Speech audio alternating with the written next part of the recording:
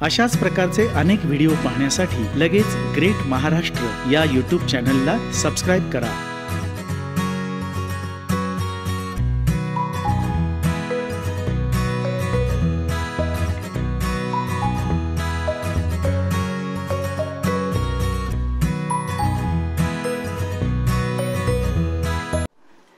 नमस्कार, मी डॉक्टर पराग घोगळे, पशुधन व्यवस्थापन आणि पशुआहार सल्लागार म्हणून मी काम करत आहे।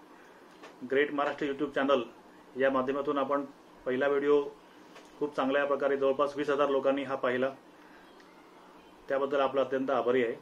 आणि याच सेगमेंटमधील पुढचा जो व्हिडिओ आहे हा आपल्या जनावरांचे, दुभत्या जनावरांचे, गाई म्हशींचे पावसाळ्यातील व्यवस्थापन आणि त्यांचा आहार याविषयी आपण अधिक माहिती घेणार आहोत।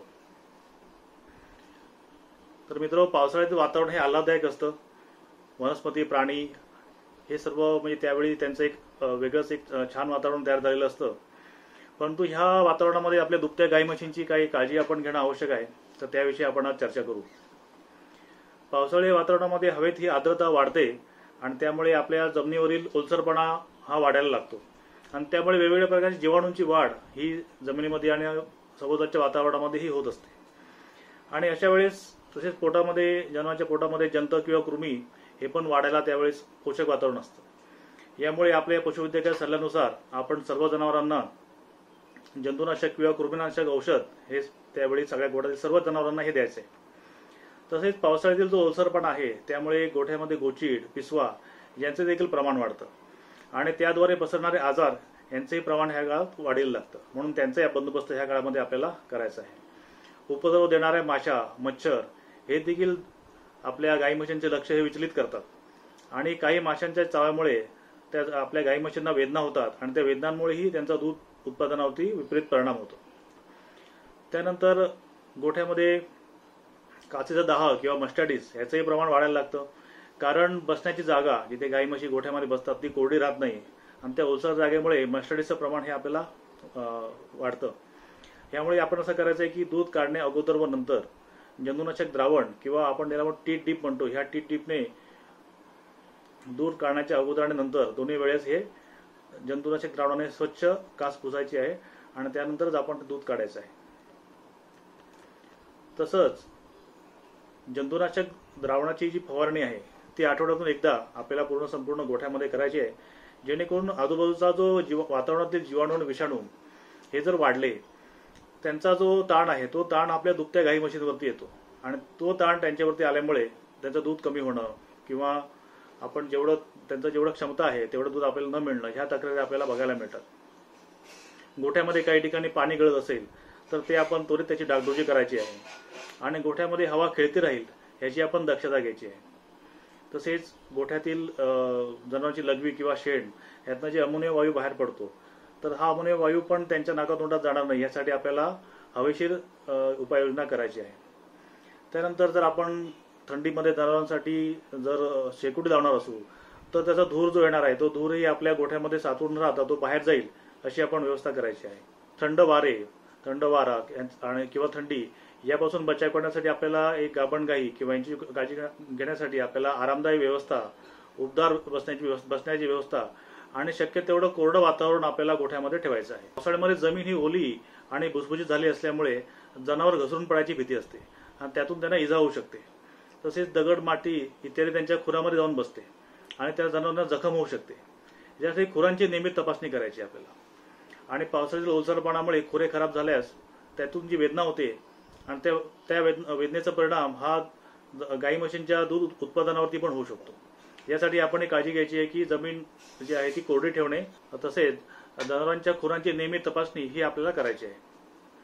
त्यानंतर पावसाळ्यामध्ये जे वेगवेगळे आजार वाढतात त्यासाठी डॉक्टरांकडनं आपल्या गाई म्हशींना लसीकरण करून घ्यायचं आहे, जेणेकरून जे काही आजार किंवा प्रादुर्भाव हे आपल्या पावसाळ्याच्या काळामध्ये होतो ते आजार आपल्या गाई म्हशींना होणार नाहीत आणि आपलं दूध उत्पादनाचे सातत्य जे आहे ते टिकून राहील। तरी आपण थोडक्यात काही चर्चा केली की आपल्या व्यवस्थापनाविषयी आपण काय काय गोष्टी आपल्या गोठ्यामध्ये करू शकतो। जर आपण जनावरांच्या आहाराचा विचार केला तर पावसाळ्यामध्ये बऱ्याच आता कोवळे गवत खाण्यासाठी येते किंवा हिरवा चारा हा उपलब्ध होतो, तर त्यावेळी आपण जनावरांना कोरडा चाऱ्याच्या ऐवजी हिरवा चारा आपण संपूर्ण खायला देतो। परंतु यामध्ये असं आहे की हिरव्या चाऱ्यामध्ये साधारण 80 ते 85% हे पाणी असतं आणि त्याच्यामध्ये फायबरचे प्रमाण हे कमी झालेलं असतं. परंतु हे लक्षात घ्या की पचन होण्यासाठी, गाई म्हशींना पचण्यासाठी कुटीपोटामध्ये फायबरची अत्यंत आवश्यकता आहे आणि फायबर आपल्याला कोरड्या चाऱ्यातून मिळतं. तर कोरडा चारा आपल्या गाई म्हशींना शक्यतो 5 ते 6 किलो, म्हणजे जसं आपण बघितलं मागच्या व्हिडिओमध्ये की एक 500 किलो वजनाच्या गाईला आणि एक 15 ते 20 लिटर दूध देणाऱ्या गाईला आपण दिवसाला 6 ते 7 किलो पशुखाद्य, 5 ते 6 किलो कोरडा चारा आणि 20 ते 22 किलो हिरवा चारा. तर हेच आपलं जे समीकरण आहे हेच आपल्याला पावसाळ्यामध्ये पण पाळायचं आहे. यामध्ये आपण हिरवा चारा जास्त अवेलेबल झाला म्हणून आपण जास्त तो गाई म्हशींना जर टाकायचा प्रयत्न केला तर पोटाच्या तक्रारी उद्भवणे, शेण पातळ होणे आणि त्यायोगे दुधामध्येही कमी जास्तपणा होणे हे आपल्याला त्याचे परिणाम दिसून येतात. त्यानंतर जो आपण साठवणूक केलेला चारा आहे, कोरडा चारा किंवा खाद्य, या पावसाळ्याच्या काळामध्ये त्याच्यावरती बुरशीचा प्रादुर्भाव जास्त आढळतो, त्यामध्ये बुरशी लागू शकते. आणि असे जर जनावरांना आपण खाद्य खाऊ घातले बुरशीयुक्त तर त्याचं जे लिव्हर आहे किंवा यकृत आहे ते खराब होऊन त्यात ते जी विषबाधा त्यांना होऊ शकते आणि त्याच्यामुळे पचनाला त्रास होऊन पुढे गाई म्हशींना दूध उत्पादनामध्ये पण आपल्याला त्याचं घट ही दिसून येते.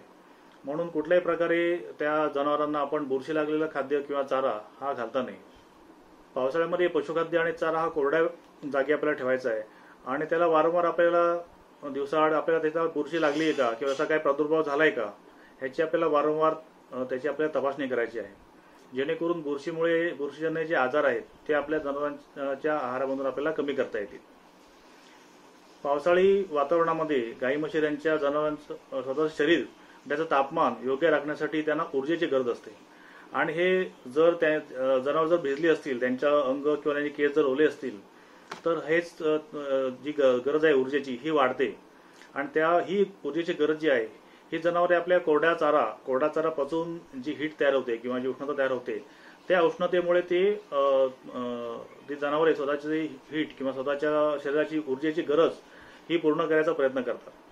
त्याचबरोबर जर आपण बघितलं तर जास्त एनर्जी किंवा जास्त ऊर्जा ही मकामध्ये आहे तर तो आपण त्यांना एक वाढीव अर्धा किलो मका बरडा या काळात देऊ शकतो किंवा 100 ग्रॅम बायपास फॅट ही त्यांना आपण ह्या वाढलेल्या पावसाळ्याच्या काळामध्ये हे देऊ शकतो. तसंच या काळामध्ये मॅस्टायटिस होऊ नये किंवा आपल्या गाई म्हशींची रोगप्रतिकारशक्ती चांगली व्हावी यासाठी आपण त्यांना पशुआहारामध्ये झिंक जास्त, त्यानंतर बायोटीन, तसेच व्हिटॅमिन ई आणि सेलेनियम यांची मात्रा जी आहे ती थोडीफार ही वाढवली पाहिजे, जेणेकरून त्यांची रोगप्रतिकार शक्ती ही चांगली राहील आणि हे जे रोग गाई म्हशींना होतात त्या रोगांना त्या लवकर बळी पडणार नाही. तर दूध उत्पादक बंधूंनो, आपल्या लक्षात येईल की पावसाळ्यामध्ये जे आजार होतात जनावरांना ते जास्त करून अस्वच्छतेमुळे होतात. त्यामुळे आपला गोठा स्वच्छ करणे नेहमी त्या ठिकाणी ही आपण काळजी घ्यायची आहे. तसेच लघवी, शेण इत्यादी लगेच हे बाजूला करून जितका आपला गोठा स्वच्छ करता येईल, माशांचा प्रादुर्भाव हा टाळता येईल किंवा बाकी कुठलेही परजीवी कीटक हे किंवा आपल्या पोटातील कृमी हे तिला होऊ नयेत ह्याची आपण काळजी घ्यायची आहे. जेवढं त्या गायींची ह्या पावसाळ्यामध्ये आपण ही काळजी घेऊ किंवा आजूबाजूच्या वातावरणातील जे विषाणू किंवा जीवाणू आहेत त्यांचाही त्यांच्यावरती परिणाम होणार नाही यासाठी आपण जंतुनाशक द्रावणाची फवारणी आपल्या गोठ्यामध्ये नियमित करायची आहे. लक्षात घ्या की आपल्या गाई म्हशींना अगोदर दुधाचा ताण असतो आणि त्यामध्ये हा वातावरणातील ताण जर आपल्याला वाढला तर त्यांचा हा परिणाम जो आहे हा त्यांच्या गायी आजारी पडून त्यांच्या दूध उत्पादनावरती हा परिणाम नक्कीच होऊ शकतो. तर आपण या पावसाळ्यामध्ये असं पाहू की गायींना जास्तीची ऊर्जा त्यांच्या पशुखाद्यातून देऊन त्यांना कोरडा चाराही आपल्याला नियमित द्यायचा आहे आणि कुठल्याही प्रकारचं आजार किंवा इन्फेक्शन त्यांना होऊ नये म्हणून आपण बाकीची काळजी त्यांची ह्या पावसाळ्याच्या काळामध्ये घ्यायची आहे. अजूनही आपल्याला काही माहिती हवी असल्यास आपल्या खाली कमेंट बॉक्स जो आहे त्या कमेंट बॉक्समध्ये आपण त्याबद्दल प्रश्न विचारा, आम्ही त्याचे नक्कीच उत्तर देऊ. तसेच आपला मागचा व्हिडिओ जो होता त्याच्यामध्ये आपण जास्त दूध देणाऱ्या गाई म्हशींची काळजी कशी घ्यायची याविषयी आपण एक सविस्तर चर्चा त्याच्यामध्ये केली होती. याच्या पुढे आपण ह्या पशु आहार आणि पशु व्यवस्थापन याविषयी आपण विविध प्रकारचे नवनवीन जे विषय आहेत त्याच्यावरती आपल्याला सगळ्या शेतकऱ्यांना समजतील अशा भाषेमध्ये आपण विविध प्रकारचे व्हिडिओ बनवणार आहोत. तरी आपण आपल्याला ज्या काही शंका आहेत त्या तुम्ही नक्कीच विचारा. माझा स्क्रीनवरती फोन नंबर दिलेला आहे. आपल्या जे काही पशुखाद्य बनवणारे उत्पादक आहेत किंवा पशुपालक आहेत यांनी जरी आपण थेट चर्चा आपण माझ्याशी करू शकता आणि आपल्या प्रश्नांची सगळ्या समाधानकारक उत्तरं द्यायची नक्कीच प्रयत्न करेन. धन्यवाद. अशाच प्रकारचे अनेक व्हिडिओ पाहण्यासाठी लगेच ग्रेट महाराष्ट्र या YouTube चॅनलला सबस्क्राईब करा.